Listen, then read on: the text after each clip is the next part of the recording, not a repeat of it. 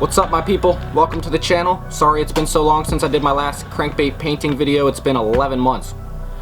That's crazy to think about because in 11 months all I've really done is paint crankbaits. I've learned a lot. I've rounded the learning curve quite a bit through Facebook forums, through YouTube tutorials, and you would be amazed. A lot of these guys on the internet have years and years of experience, so if you guys are also painters, I urge you to join Facebook groups, Brotherhood of Custom Crankbait Painting, Custom Lure Showcase and Sell, Insane Custom Stencils. This is the information era, so anything you want to learn to do, the information is right at your fingertips, literally. I mean, you go into the internet, you can find anything you need to find. With that being said, what I did was utilize the internet to learn a lot of techniques, and I also took a lot of hours. I've been in this basement secluded, vitamin D levels at an all-time low, as you can tell. Totally worth it because the amount of skills and techniques I've learned in 11 months is crazy, so I really can't imagine where we're going to go with this custom painting in the future. Let's get into this video today. We're going to talk about the procedure for painting a new color that I've developed called Kuda. I know it's going to be a fish catcher come spring. It'll be out on the website soon. If you guys haven't been to the site, waterwarriorfishing.com, check it out. And I'll reward one of you for visiting the site. Here's what I'm going to do. Tell me your favorite color in the comments below, and I'll pick one of you guys to be the lucky winner of that coupon. For the veterans, this is going to be information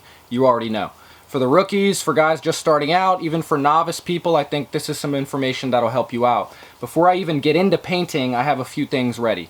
I have paper towels, blank paper towels, and I have rubber gloves that I wear during the whole process. Whatever I'm using, I don't need it on my hands, so I use these gloves, standard medical non-latex, and I like these, and I use this because I need to make sure the air pressure in the gun is correct and that the paint is shooting correctly. You don't want it too much. You don't want too much moisture in the paint, or it'll get runny when it hits the bait, and you don't want it too dry or it won't come out of the gun.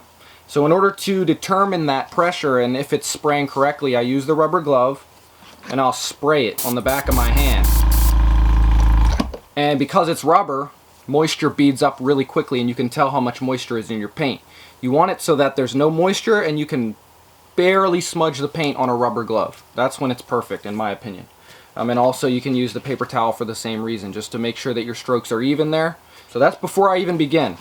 This is what we will achieve by the end of the video. Overall, it comes out to a shad-like color, in my opinion. In the bodies of water around me, the shad seem to have that purple tinge, so I like to duplicate that on a lot of my baits, and I'm sure it'll work very well in the water near you as long as you have bait fish, which I hope you do, because that means big bass. So in order to paint, you're going to need a blank. Obviously, we've got that right here. It's a lipless, high-quality crankbait with rattles. And I say it's a high-quality bait because it doesn't require any pre-work, which is work you need to do to the bait before you paint it. All I need to do in this case is take some denatured alcohol to get out any residue or imperfections on the surface. Just let it drip all over there and let the excess fall off onto a paper towel. And this is, like I said, just to get any impurities off of the surface. So once the excess has dripped off, you're going to take a paper towel and catch the rest. And then we'll evaporate the rest with some heat with the heat gun. So if any of you were wondering what I'm holding this bait with, it's just an X-Acto knife holder. You can use the Helping Hands off Amazon. They're like $11 for this little set. Or you can just grab an X-Acto knife from your local hobby store, take out the razor, and put your bait in there.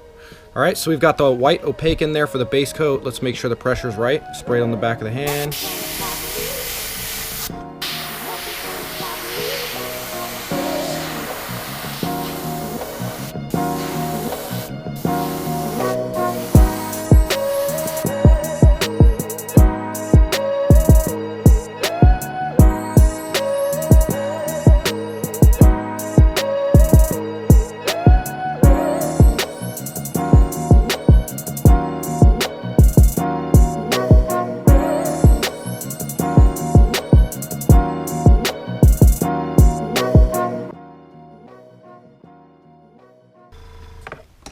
Alright, and just like that, we have a base white coat. Just to make sure your heat setting between your paint coats, so I'm going to take the heat gun and set it in there.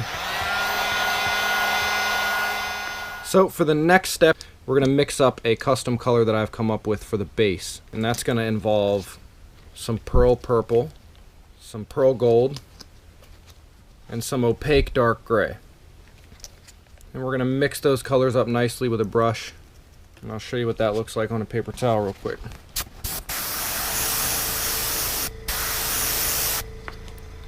It's just a nice real subtle purple, but it's got that opaque gray so it evens it out. Alright, we're going to cover the whole body with this color.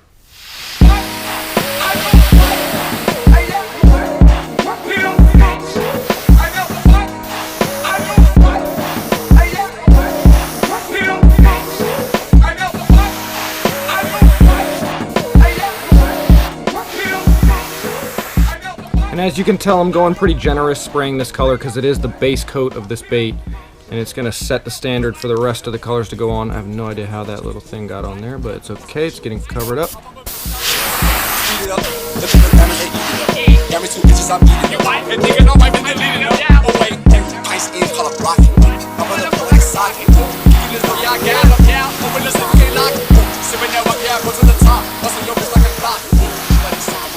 And since this is a custom mixed color, you want to make sure you're spraying the same pressure on both sides, or else it'll come out a little bit darker or lighter depending on each side. So I'm going to go back over and ensure that both are coated in the same exact fashion.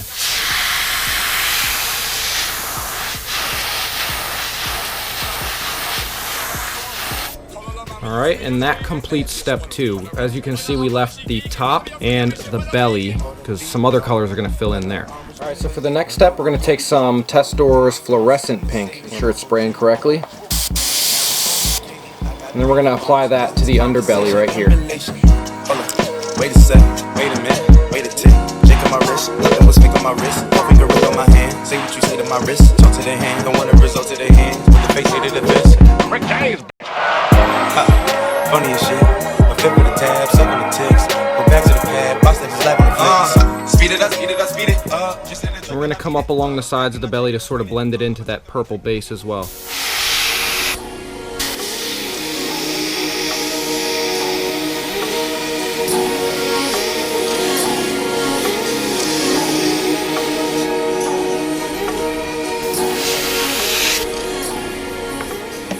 Looking good so far. So we got that base purple, we've got some pink fluorescent on the belly and the nose underneath there. And just make sure everything is nice and even, guys.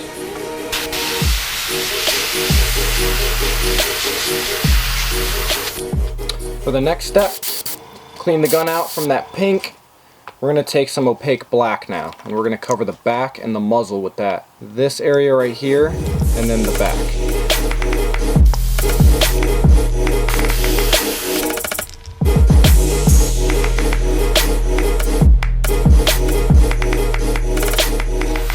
And the key here is not to go too dark, just get it nice and coated with that black.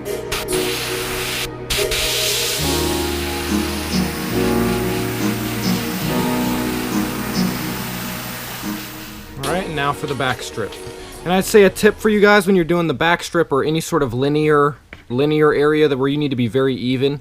A tip I have is to hold your hand like this, right? And a lot of guys will use the wrist, okay? I've found that to kind of hinder my ability to go as straight as possible. So instead of using the wrist motion, just do a robotic arm motion. Straight up and down like this. See, there's no wrist involved. And you'll see here, we're going to spray the back.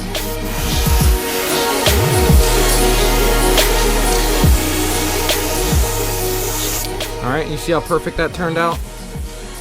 Absolutely straight. There's not a single variance in symmetry there. Fancy words here, guys, huh?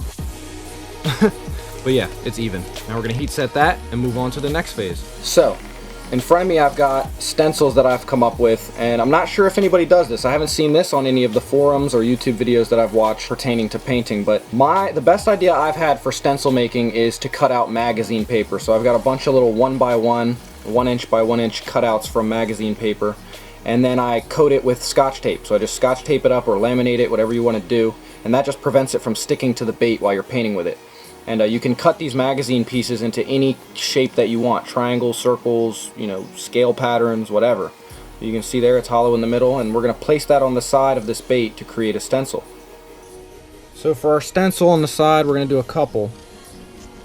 But it's very important to have it super even. So the best way to do that is to put it down against the table so you've got leverage. I'm going to spray. Make sure our spray is correct. And we're going to spray the outside edges of this to create this interesting, unique shape.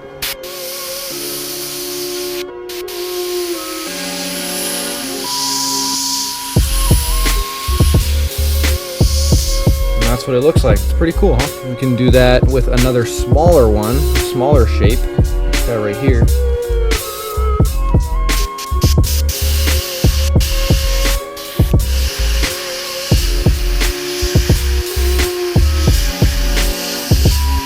Now we've got two stencil shapes on the side. It's really cool looking.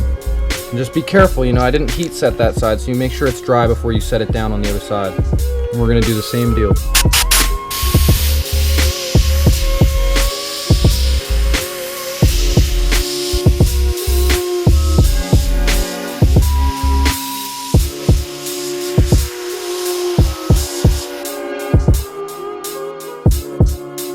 Sweet. And those are the hallmarks of this color. So for this next step, we're going to take a smaller stencil, one that fits inside of this previous stencil. We're going to place it down. It can be pretty random, and I pride myself on doing pretty abstract stencils. And I just find that when I'm out on the water, it's important to be different, no matter what. Fish like different, you know?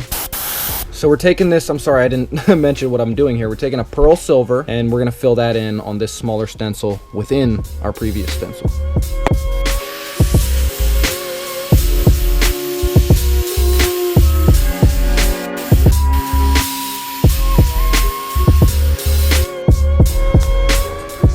That's that. It's pretty. We're going to do the same thing on the back stencil. These don't have to be symmetrical or anything like that. As a matter of fact, I like to make them different. We'll heat set that. And we simply repeat on the other side.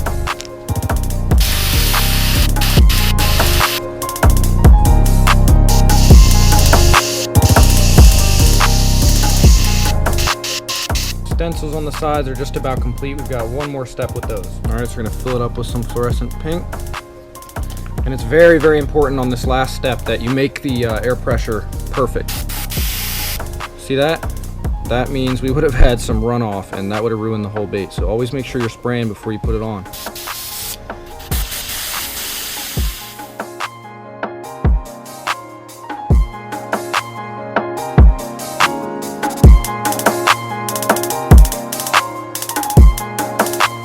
Almost there. We have one more step to complete, but otherwise that's the beauty of this color scheme that I've come up with. It's beautiful, but it's really simple, so a novice or beginner painter could definitely get away with this pattern, no problem. It's not out of reach. And the last step we're going to do, guys, is across the back, and it's just a nice little pattern to complete this thing and make it pop. And that starts out with a red pearl, and we're going to overlay that with a silver pearl. Make sure your air pressure is perfect. You don't want to overshoot on this. We're going to start out real detailed, real close in on the bait to create a small pin dot. We're going to come out to create sort of a muffled cloud look.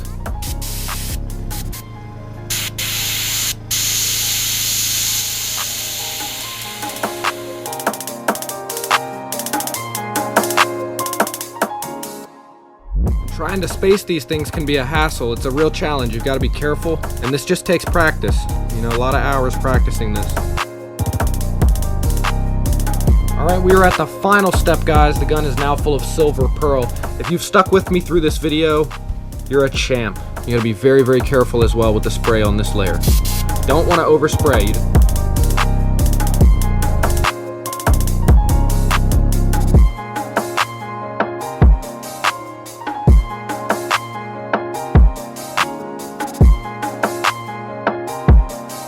Alright, and with that we have completed Kuda. This beautiful, simple color that you guys could do. Even if you're a beginner, just follow these steps, guys. Hopefully I've given you enough information to duplicate what I did. And I'll be throwing this color all spring, you best believe. And I appreciate all of your love and support, guys. Thank you for joining me on the channel. Like and subscribe. Be sure to visit the website, waterwarriorfishing.com. Comment your favorite color below for a chance to win that 20% coupon off of your next order.